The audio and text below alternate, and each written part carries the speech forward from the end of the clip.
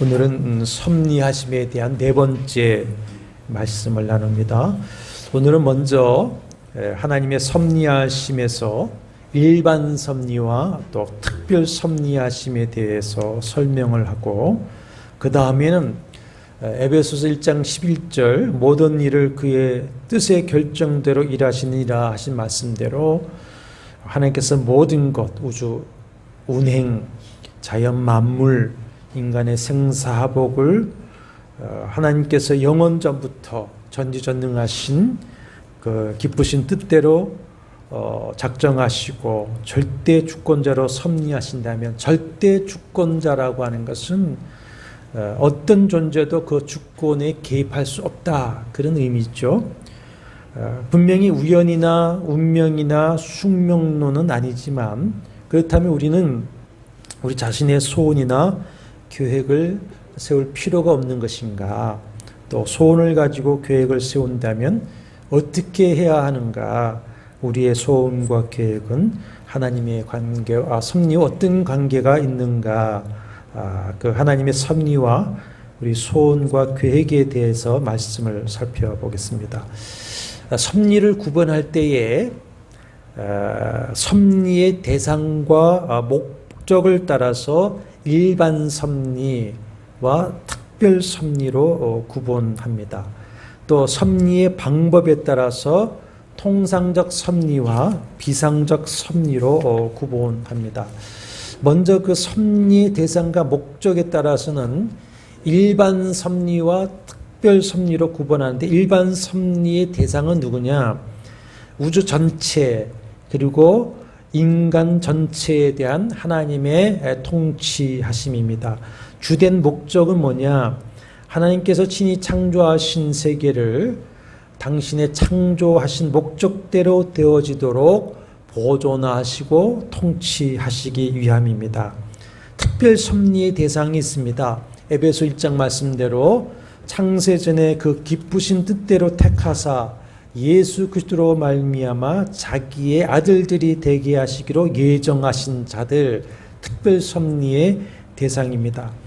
백성과 자녀 삼으신 성도, 당신이 구원의 도구로 세우신 교회를 붙드시고 돌보시고 인도하시는 성도들의 기도에 응답하시고 또 고난에서 구원하시며 보호하시는 하나님의 사랑의 행위를 가리켜서 특별 섭리다, 그 목적이죠. 그러니까 성도요 자녀이고 교회된 우리는 이 하나님의 특별 섭리의 대상인 것입니다. 이 섭리하심의 방법에 따라서 통상적 섭리와 비상적 섭리로 구분합니다. 통상 섭리라고 하는 것은 일반 섭리의 대상을 향해서 섭리하시는 방법인데, 이 물질 세계는 하나님이 정하신 자연 법칙을 따라서 섭리하십니다.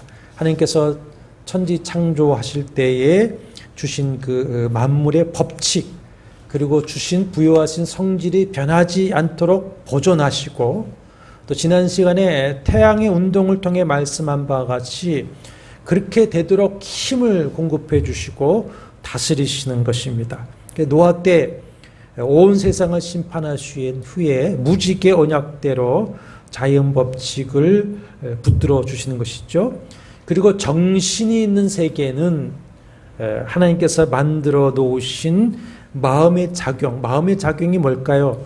사람의 지정의겠죠. 지정이 마음의 인격 작용을 따라서 하나님의 목적하신 바가 이루어지도록 합니다. 그래서 하나님의 뜻이 자연 만물을 다스리는 자연의 통상적인 법칙과 사람들의 일반적인 지정인 마음의 작용을 따라서 일어나고 이루어져 가는 것입니다. 그런데 이 통상 섭리를 통해서 하나님이 베푸시는 은총을 가리켜서 일반 은총이라고 그러죠. 많이 들어보셨죠? 일반 은총이라고 뭐냐? 하나님께서 구원하시기로 작정하신 그 여부와 관계없이 모든 사람에게 베푸시는 은혜를 일반 은총이다, 이렇게 말합니다. 예수께서 마태 5장 45절에서 하나님이 그 해를 악인과 선인에게 비추시며 비를 의로운 자와 불의한 자에게 내려주심이라 하신 말씀이 바로 일반 은총을 가리킵니다. 이렇게 일반 은총의 첫 번째는 자연 은혜를 주시는 거죠. 자연은 무지개 언약을 따라서 인간의 범죄로 다시 홍수로 심판받지 않게 하시는 것이고, 또 동식물은 번성하게 하십니다. 사람 역시 창조 때에 주셨던 생육하고 번성하는 축복을 다시 주셨죠. 홍수로 사람은 심판하시지만 노아 이후에, 홍수 이후에 노아와 그 아들들에게 생육하고 번성하여 땅에 충만하도록 복을 주셨습니다. 자연은총은 또 이런 것도 있습니다. 예술과 과학을 발전시킬 수 있는 창의력을 주시는 일입니다. 하나님의 백성에게만 주시는 것이 아니죠. 하나님의 섭리를 따라서 구원과 관계없이 경건하지 않는 자들에게도 문명을 발전시킬 수 있는 여러 지혜와 기술을 허락하셨습니다. 우리 창세기 4장에 보면은 가인의 후손들, 경건치 않은 자손들 가운데에서도 악기를 만들어 음악을 발전시키고 여러 가지 기구를 만들어서 인간의 문명을 발전시키도록 하셨습니다. 이것이 일반 은총입니다. 그리고 이제 중요한 것이 조금 전에 정신 세계에서는 하나님께서 만드신 마음의 작용에 따라서 하나님의 목적하시는 바가 이루어지도록 하신다. 마음의 작용, 지정의 중심이 뭐죠? 양심입니다. 양심.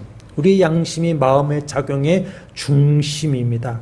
근데 로마서 2장 12절과 16절에 보면 양심은 하나님께서 인간의 마음에 새긴 율법이다. 이렇게 말씀하면서 그 양심, 율법에, 우리의 마음에 새긴 그 율법인 양심의 정죄와 심판을 통해서 죄를 절제할 수 있도록 간섭하시면서 우리 사람으로 짐승이 되지 아니하고 사람으로서 살아가게 하신다는 것입니다. 예를 들어서 창세기 20장에 이런 얘기가 있습니다. 소돔 고모라 사건 이후에 아브라함이 가나안 남쪽, 그러니까 가나안과 애굽의 경계 지역인 그랄이라고 하는 곳으로 내려갑니다. 아브라함이 그 그랄 왕에게 아내 사라를 누이라고 소개하죠. 그 이유는 이제 아내라고 하면 혹시 자기를 죽이고 그 아내를 빼앗을까 두려웠기 때문입니다. 그래서 그랄 왕이 사라를 데리고 갔는데 하나님이 아비멜렉에게 현몽하여서 아브라함의 아내됨을 알리시고 죄를 짓지 않도록 절제시키고 막아 주십니다. 그랄 왕 역시 하나님께 하는 그 말대로 사라와 아브라함이 서로 오라비오 누이라고 했기 때문에 자신은 온전한 마음과 깨끗한 손으로 그렇게 한 것이다. 이렇게 말합니다. 그러니까 하나님이 때로는 우리의 양심을 다스리셔서 죄를 절제하도록 하시는 것이죠. 이것이 하나님의 일반 은총입니다. 이제 다음 시간에 말씀하겠지만 죄를 짓지 않도록 막으시기도 하시지만 또 죄를 허락하실 때에는 그 마음에 죄의 혼미한 마음과 정욕대로 그 마음을 내어버려 두시기도 하십니다. 이 특별 섭리의 대상, 택하시고 구원하시는 백성과 교회를 위해서는 이제 특별한 섭리를 하십니다. 특별 섭리를 구원 섭리, 구원의 은혜라 이렇게 말하기도 하죠. 그리스도 안에서 택하셔서 자기의 아들들이 되도록 예정하신 자들을 구원하기 위해서 갈라디아서 1장 9절에 보면 때가 찬 경륜을 이루어 가신다. 구원의 역사를 이루어 가십니다.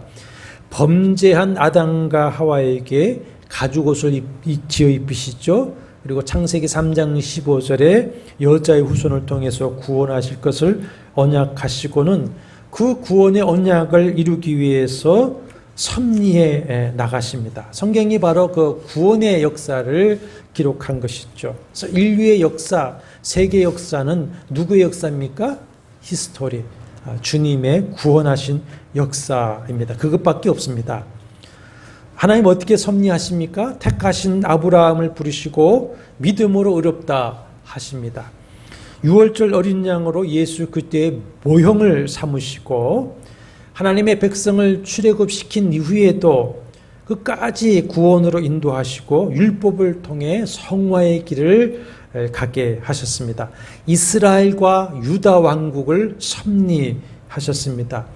그들을 징계하시고 심판하셨지만은 아브라함과 다윗의 후손으로 메시아가 와서 구원을 이루어야 하기 때문에 그들을 보존해 주시고 또 회복시키시면서 역사를 섭리해 나가셨죠.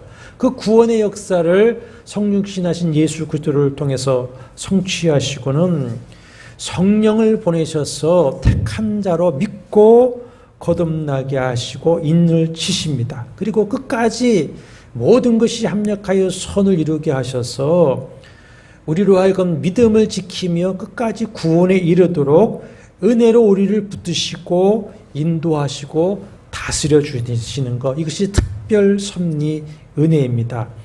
이 특별 섭리, 우리를 구원하시기 위한 특별 섭리를 위해서 하나님은 비상 섭리를 하신다. 비상 섭리라고 하는 것은 뭐냐? 우리가 흔히 기적이다, 이적이다 말하는 것을 비상 섭리라고, 일반적인 자연 법칙을 따라하는 것은 일반 섭리죠. 근데 그 일반 자연 법칙을 뛰어넘는 이적과 기사는 비상 섭리다 이렇게 말하는데, 이신론이나 자연신론을 따른다면 하나님은 그 자연 법칙에 매여 있게 되죠. 그러나 하나님은 창조주요 초월자로서 창조하신 그 만물과 당신이 만드신 그 만물의 법칙에 매여 계시는 분이 아닙니다. 초월자이시죠. 물론 섭리라고 하는 것은 보존하시는 것인데 만물에 또 내재하시죠. 그의 영으로 내재하시면서 당신이 창조하신 자연 법칙대로 만물을 은혜로 보존하십니다. 이게 일반 섭리라고 그랬어요. 근데 만물의 초월자, 창조주 초월자로서 특별 섭리인 구원하시기로 택하신 자들을 구원하기 위해서 때로는 이 자연 법칙을 뛰어넘는 이적과 기적으로 역사하시는 것입니다. 이것을 비상섭리다. 하나님의 비상섭리에 대해서는 성경이 처음부터 끝까지 계시하시고 증언하시는 내용이지 않습니까? 만약에 일반 섭리인 자연 법칙만을 인정하고 특별 섭리를 위한, 구원의 섭리를 위한 이 비상 섭리, 이적과 기적을 부정한다면 기독교의 구원의 역사는 이루어질 수가 없습니다. 다 부정하게 되어져 있습니다. 보통 그 자연 법칙 일반 섭리는 하나님이 제1원인이시죠. 제1원인이신 하나님께서 자연이라든지 또 사람이라든지 제2원인을 통해서 섭리하십니다. 제2원인을 통해서 협력을 하시고 통치하셔서 다른 자기의 섭리를 이루어 가시죠. 근데 특별 섭리, 비상 섭리는 뭐냐? 제1원인이신 하나님께서 제2원인, 자연이라든지 사람을 이용하거나 통하지 않고 직접 역사하시는 것, 이것이 비상섭리, 그것이 이적과 기적으로 나타납니다. 그 이적과 기적은 자연 법칙을 뛰어넘는 일이기 때문에 사람은 이해할 수 없는 놀라운 일이지만, 그러나 생각해 보십시오. 전지전능하신 하나님이 못하실 일이 없습니다. 전지전능하신 창조주 하나님께서는 아주 자연스러운 역사이십니다. 그러니까 이적과 기적은 어떤 법칙, 자연 법칙을 깨트리는 것이 아니라 그 자연 법칙 위에 있는 보다 높으신 하나님의 법칙입니다. 그것은 하나님의 법칙이 비상선, 이적과 기적인 것이죠. 그러니까 인간의 이해와 자연을 초월하시는 무한한 하나님의 법칙을 따라서 일어난 것입니다. 근데 사실 성경의 그 천지 창조로부터 해서 예수 그리스도를 통한 구원과 또 마지막 새하늘과 새 땅으로 완성되는 구원의 완성은 모두 다 놀라운 이적인 것입니다.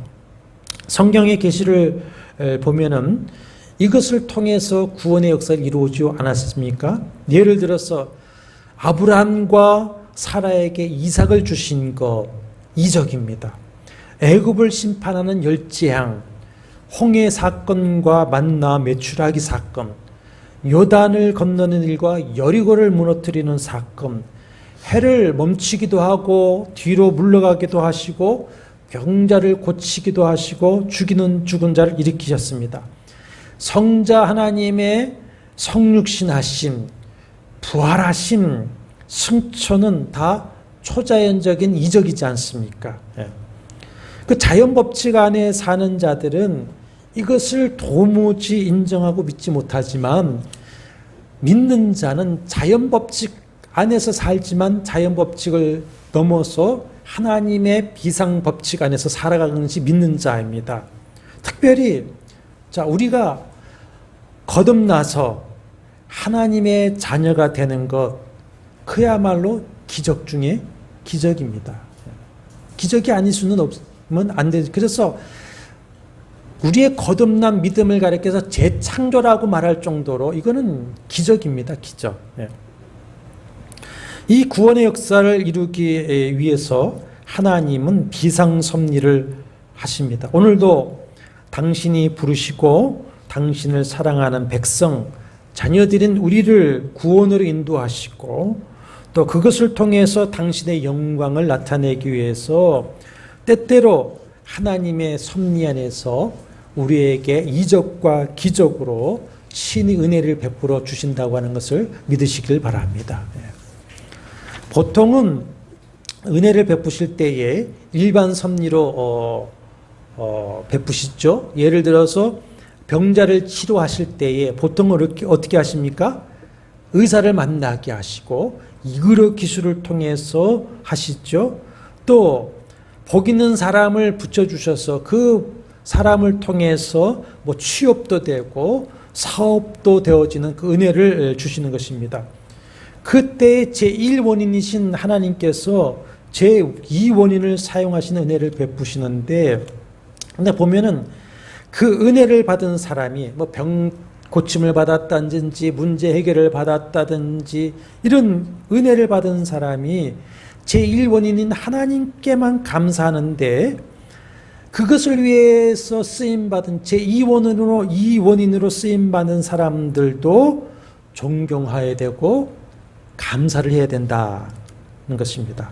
그래서 목사에게 잘하라는 것이 아니고요. 로마서 15장 27절에 보면 영적인 것을 나누어 가졌으면 육적인 것으로 그들을 섬기는 것이 마땅하니라. 갈라디아서 6장 6절에 가르침을 받은 자는 말씀을 가르치는 자와 좋은 것을 함께하라 이렇게 말씀을 합니다. 예를 들어서 사업이 어려워서 문을 닫고는 이제 나이가 들었음에도 일용직으로 고생을 합니다. 그것도 본인은 감사하면서 하지만 목사가 보기에 마음이 아파서 사업이 회복돼야 되지, 회복되도록 기도합시다. 기도했더니 사업이 회복되었습니다. 물론 하나님이 하신 은혜이지만 하나님은 기도하는 목사의 기도를 받으시고 또 그 은혜를 주시기 위해서 여러 다른 사람을 동원해서 회복의 은혜를 섭리하신 것이죠. 그런데 다 하나님이 해주셨지 뭐 하면서 제2원인으로 쓰임받은 이들을 경시해서는 안 된다는 것입니다. 예배의 은혜를 주시는 분은 분명 하나님이시죠. 그러나 그 예배를 섬기는 이들을 사용하셔서 은혜를 주신다는 것을 우리가 늘 기억을 해야 됩니다. 그러나 분명히 하나님이 주권적으로 섭리하신 은혜이기 때문에 무엇보다도 먼저 하나님께 감사하고 나를 회복하게 하신 주님의 뜻을 구하여서 그 하나님의 나라와 의를 위해서 충성을 해야 합니다. 그것을 위해서 비전을 가지고 그 비전을 위해서 계획하고 수고해야 합니다. 근데 섭리를 배우면서 이런 질문을 하게 됩니다. 처음에 드린 질문이 있죠. 모든 것을 하나님이 기뻐하시는 뜻대로 영음전부터 작정하신 대로 창조주로서 그 절대 주권으로 섭리하신다면, 그렇다면 우리는 우리 자신의 소원이나 계획을 세울 필요가 없는 것인가? 소원을 가지고 계획을 세운다면 어떻게 해야 될 것인가? 그래, 우리의 소원과 계획은 이 하나님의 섭리와 어떤 관계를 가지는가 하는 이제 질문이 있게 됩니다. 그 하나님의 섭리와 우리의 소원과 계획에 대해서 말씀을 살펴보면 여러 성경 말씀 중에 오늘 본문으로 삼은 이 말씀이 참 우리에게 귀한 교훈의 계시의 말씀이 됩니다.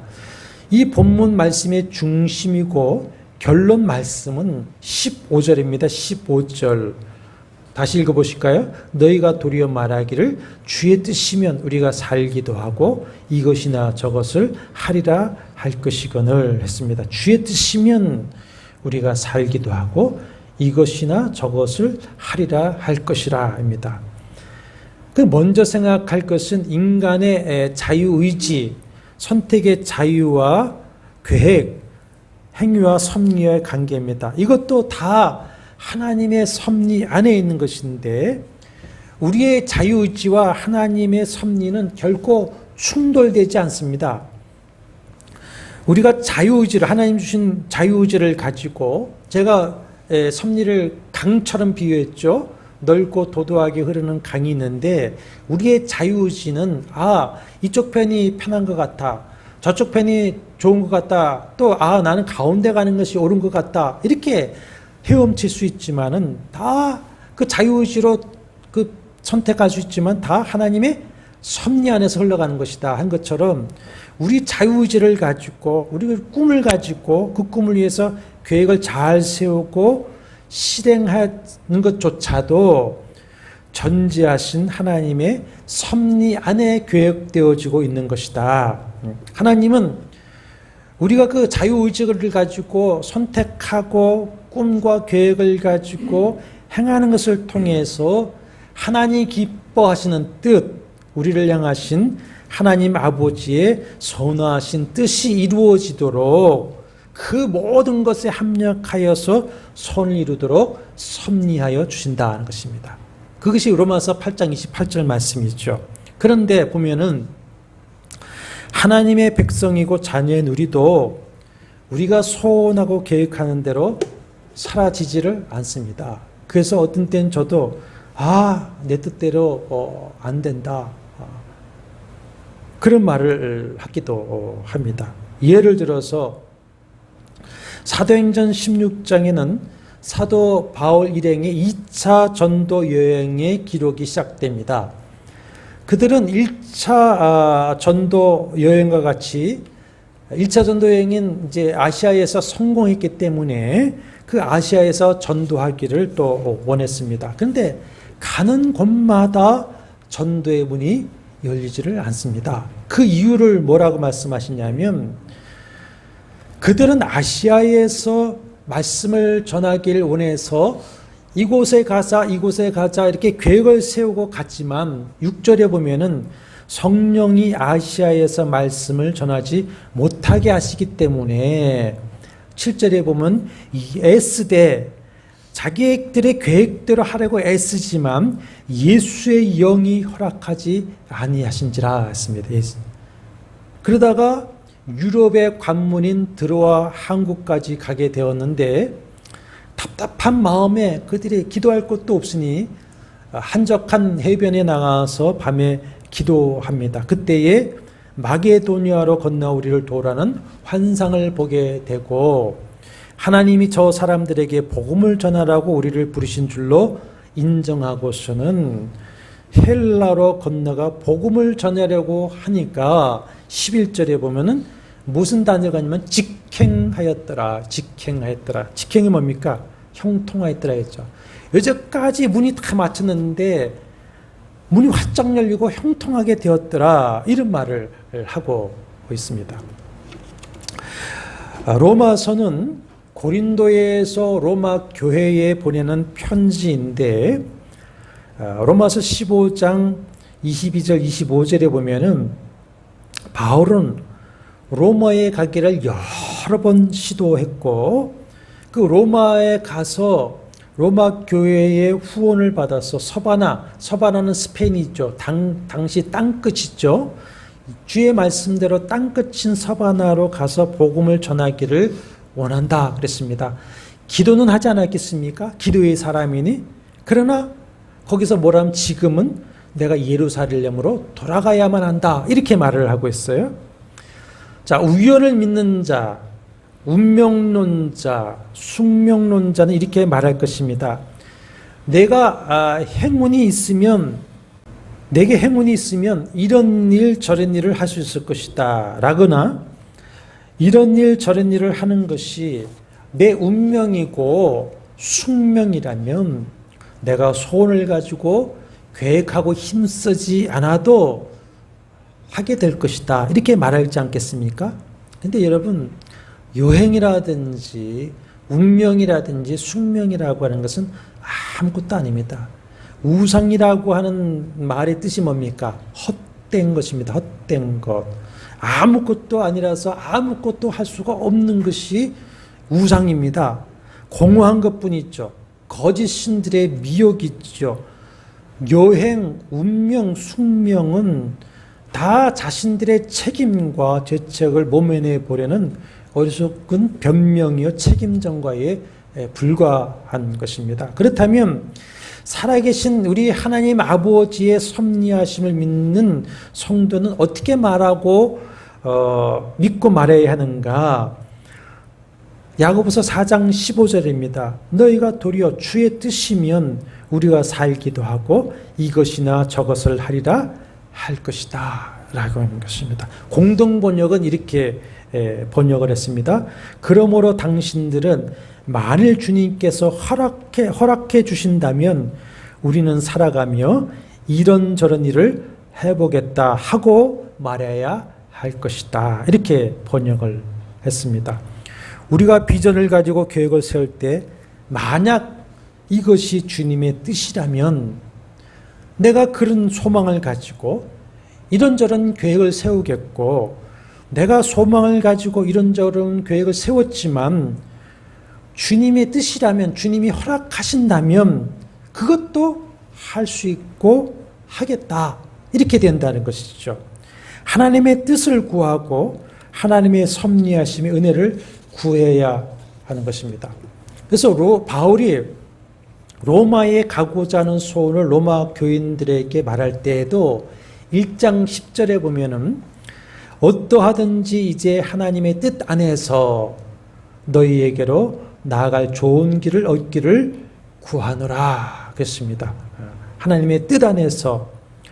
그리고 15장 32절에서는 나로 하나님의 뜻을 따라 기쁨으로 너희에게 나아가 너희와 함께 편히 쉬게 되리라.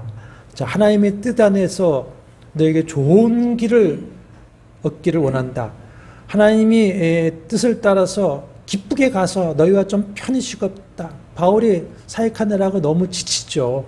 좀 편히 쉬었으면 좋겠다라고 했는데 그것이 자기의 소원이었지만은 그러나 그가 소원대로 로마에 가기는 갔는데 어떤 모습으로 갔습니까?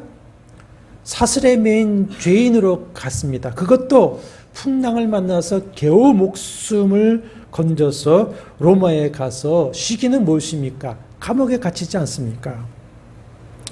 고린도 교회에 보내는 편지에서도 또 이렇게 말합니다.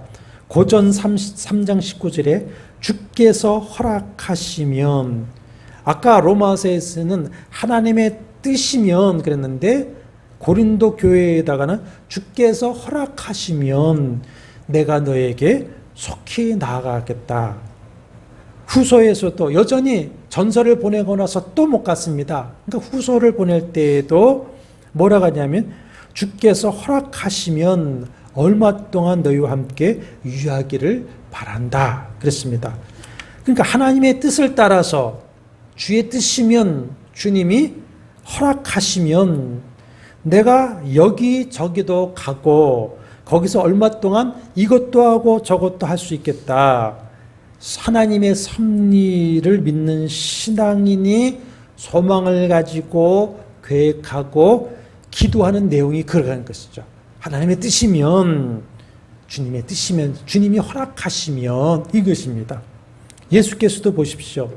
십자가를 앞에 두고 겟세마네 동산에서 그렇게 말씀하시죠. 고민하여 죽게 되었다. 그 마음으로 아버지에게 기도하실 때에 아버지요, 아버지의 뜻이거든 그랬어요. 아버지의 뜻이거든 이 잔을 내게서 옮기시옵소서. 그러나 내 원대로 마시옵고 아버지의 원대로 되기를 원하나이다.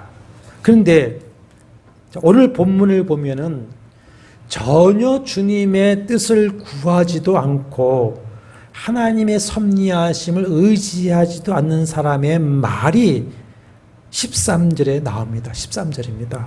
보십시오. 들으나 너희 중에 말하기를 오늘이나 내일이나 오늘이든지 내일이든지 내가 시간을 선택하겠다는 거죠. 그렇죠? 오늘이든지 내일이든지 내가 선택하겠다. 우리가 어떤 도시에 가서 이 도시에 가든지 저곳을 가든지 장소도 내가 선택하겠다. 거기서 1년을 머물며 기간도 내 뜻대로 해보겠다. 그리고 장사하여서 이익을, 이런 장사를 위해서 내가 이익을 보겠다. 언제 어디에서 얼마 동안 어떤 사업을 해서 얼마 이익을 얻을 수 있겠다고 자기의 사업 계획을 잘 세우고 내가 이렇게 실행하겠다라고 합니다. 여러분, 미안한 말씀이지만 이것이 우리의 모습이지 않습니까? 하나님께 묻고 구하지 아니하고 자기가 다 계획을 세워놓고는 주님, 이것이 제가 계획입니다. 도와주십시오. 이러지 않습니까? 그런 사람에게 사도는 사도의 말이지만 누구의 말씀입니까? 성령 하나님의 말씀이죠. 무엇이라고 하십니까? 14절 같이 읽어보겠습니다. 내일 일을 너희가 알지 못하는도다. 너희 생명이 무엇이냐? 너희는 잠깐 보이다가 없어지는 안개니라. 내일 일을 너희가 알지 못하는도다. 너희가 이런저런 도시를 향해 언제 떠나게 될지 너희는 알지 못한다. 그리고 떠날지라도 거기에 도달할지 그 여부도 너희는 알지 못한다. 그리고 너희가 거기에 도달할지라도 거기서 1년을 머물게 될지 단 하루를 머물게 될지 너희는 알지 못한다. 그리고 너희가 거기서 1년을 머물지라도 너희가 장사를 하게 될지 못하게 될지 다른 것을 할 수 있을는지 너희는 모른다. 그리고 너희가 장사를 할지라도 이익을 남길지 사기를 당할지 완전히 실패할지 너희는 알지 못한다. 알지 못한다는 것은 뭡니까? 너희에게 달린 것이 아니라 이거죠. 너희 힘으로 너희 주권으로 되는 게 아니라 이거죠. 왜 너희는 알지 못한다고 모른다고 합니까? 너희 생명이 무엇이냐? 너희는 잠깐 보이다 없어지는 뭐하다? 안개니라. 안개니라.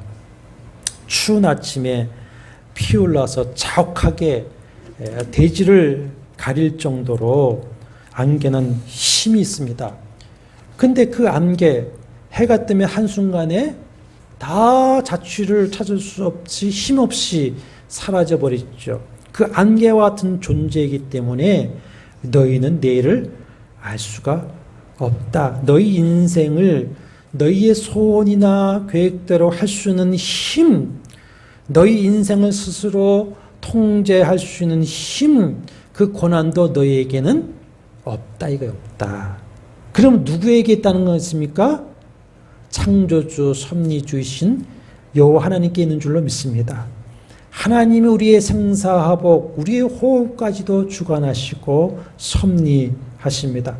주님만이 세상 만사, 시간, 물질, 사람 모든 일을 다스릴 수 있습니다. 주님이 하실 수 있습니다. 주님이 그 모든 것을 다 하신다고 성경은 선포하고 있습니다. 그래서 사도 바울이 하는 말이 빌립보서 4장 13절에 자, 이제까지 내가 단련되어지고 준비되었으니 내가 하면 다 할 수 있다. 이렇게 말하지 않고 뭐라고 말합니까?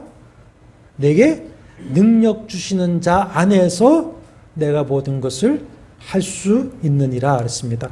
내게 능력 주시는 자 안에서, 안에서라고 번역한 헬라어 엔이라고 하는 단어는 보통 뭐뭐 안에서라고 주로 번역을 하지만 무엇으로 말미암아 이런 뜻을 또 중요하게 가지고 있습니다. 그래서 킹 제임스 버전에서는 그리스도를 통하여 그랬습니다. 그리스도를 통하여.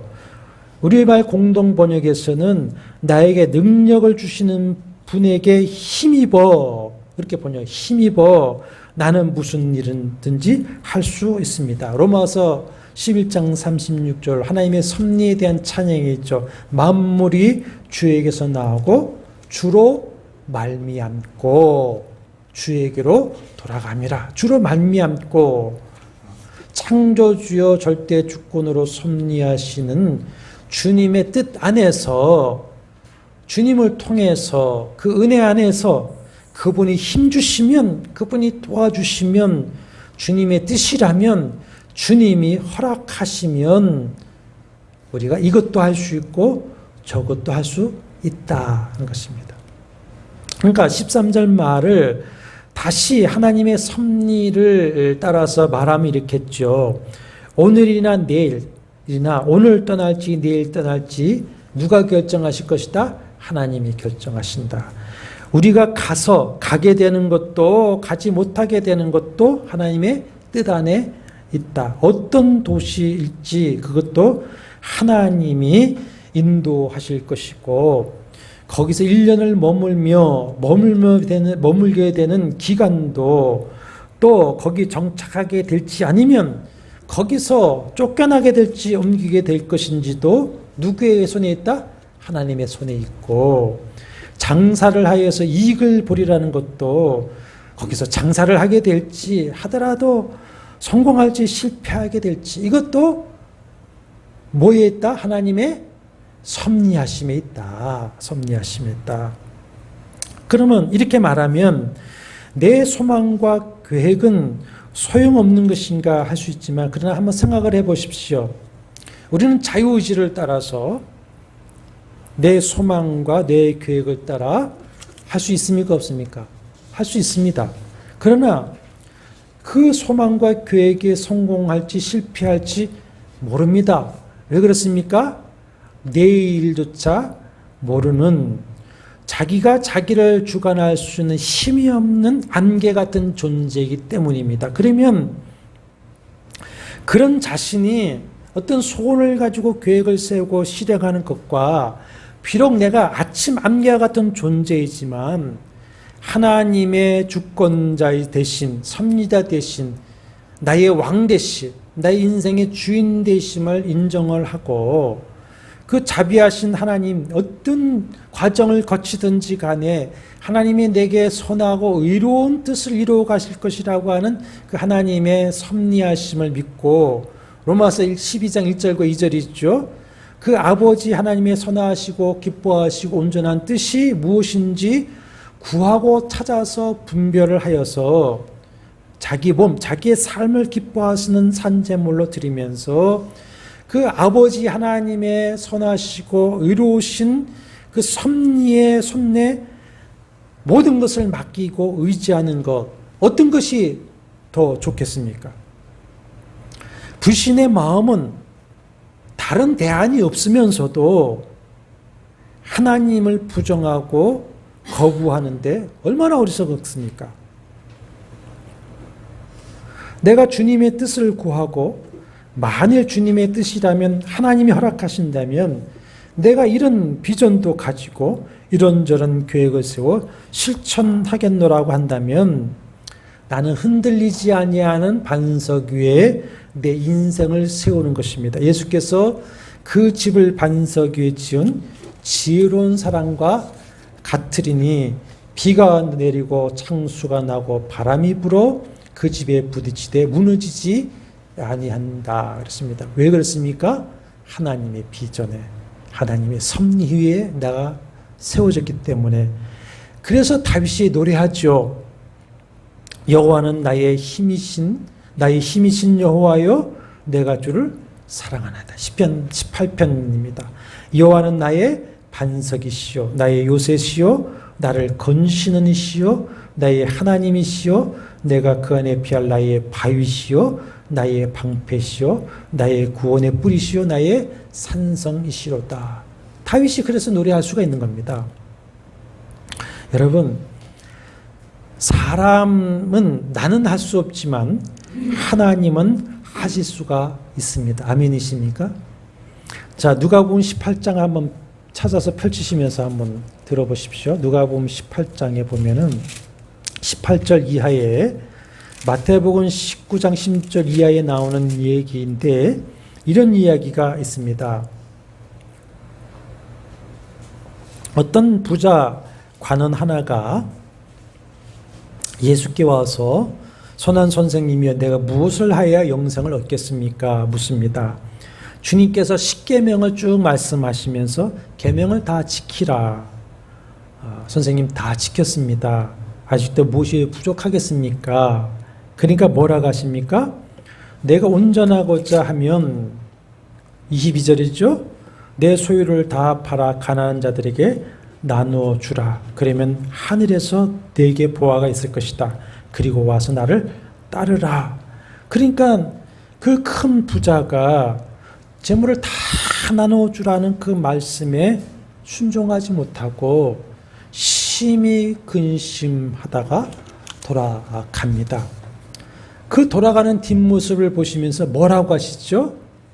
낙타가 바늘귀로 들어가는 것이 부자가 하나님의 나라에 들어가는 것보다 쉬우리라 하십니다. 그 말을 들은 제자들은 깜짝 놀랐죠. 왜 놀랍니까? 자기들은 부르실 때에 다 버려두고 왔거든요.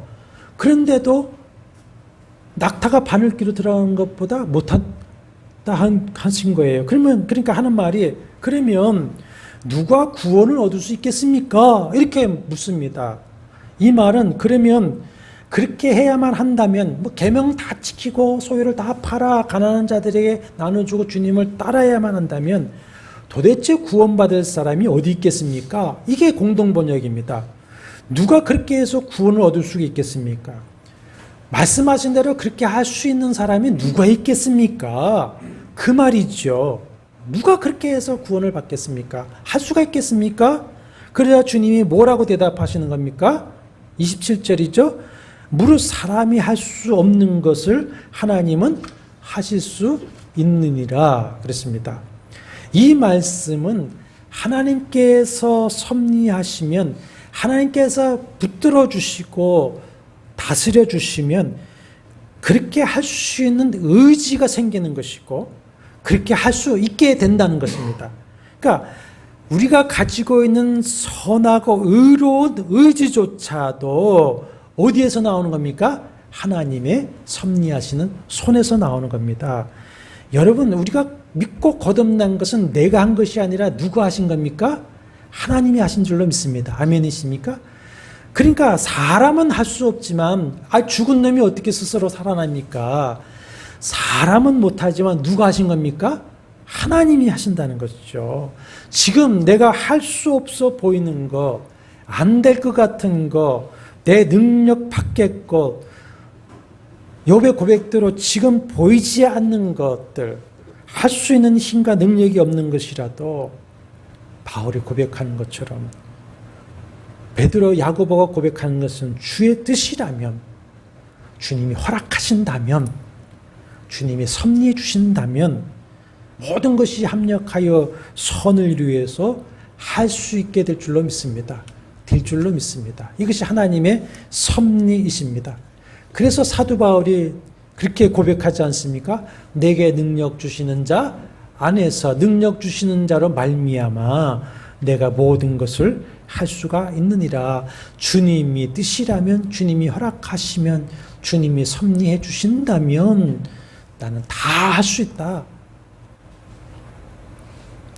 이렇게 믿음으로 하나님의 선하고 의로우신 섭리를 의지해서 살아간다면 우리는 아침 안개 같은 내가 내일을 알지 못하는 삶에서도 그 주님의 반석 위에 흔들리지 아니하는 내적 평안함, 세상이 알지 못하는 평안함을 누리게 될 것이고, 그 주님의 반석 위에 있기 때문에, 주님의 손을 의지하기 때문에 우리는 어찌어떤 상황 속에서도 담대하게 살아갈 수 있을 줄로 믿습니다.